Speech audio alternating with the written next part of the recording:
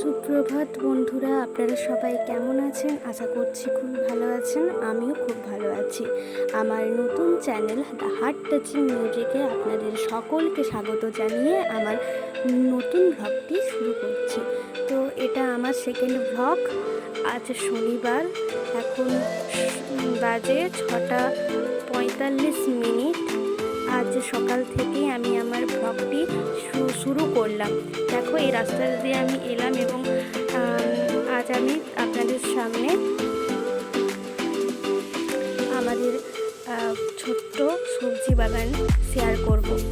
তো রাস্তাতে যেতে যেতেই দেখতে পেলাম একটি ছোট্ট খুবই সুন্দর ফুল, যেটা হলুদ কালারের ছিল, নাম জানি না। আর সাইডেই রয়েছে পেয়ারা গাছ।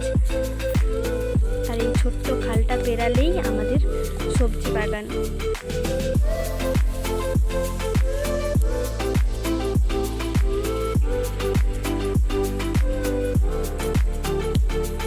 এগুলো ঢেঁড়স গাছ, আর ঢেঁড়স গাছের ভেতরে ভেতরে রয়েছে ভুট্টার গাছ।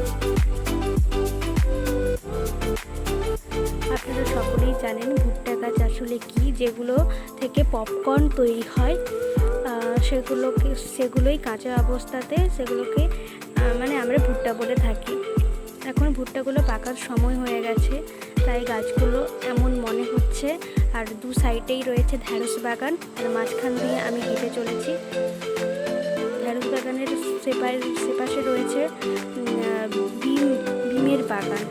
তো সেটা কিছু কারণবশত দেখাতে পারছি না, তাই ঢেঁড়স বাগানটাই এখন আপনাদের সাথে শেয়ার করছি। দেখতে থাকুন, আশা করছি খুবই ভালো লাগছে গ্রাম্য ভিউ।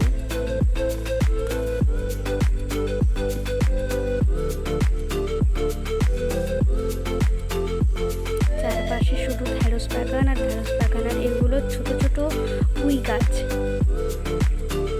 এই মানে ছোট, এখনো অনেক ছোট ছোট রয়েছে, এগুলো অনেক বড় বড়ই হবে। আর পুঁই গাছের সাইডেই রয়েছে, বলছিলাম না যে ডাল খাবার যে কলাই হয়, সেগুলো এর ভেতরে ভেতরে কলাই হয়ে থাকে।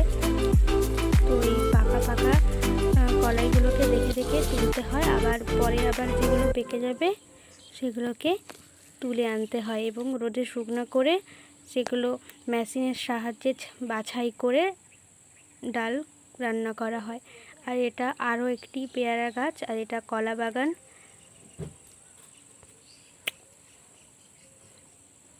আর এগুলো আমাদের জমির চারপাশে শুধু জঙ্গল আর জঙ্গলেই ভর্তি, প্রচণ্ড গাছপালা রয়েছে, আপনারা দেখতেই পাচ্ছেন। আর আরেকটা জিনিস, এত দারুণ ভিউটা, শুধু আপনারা দেখুন একবার।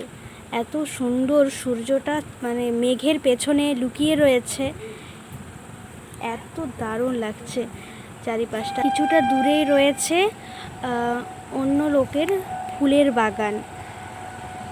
আর আমাদের বাড়ি থেকে মানে রেল লাইন এতটাই কাছে যে আমরা খুব অনেক কাছ থেকেই রেলগাড়ি দেখতে পাই।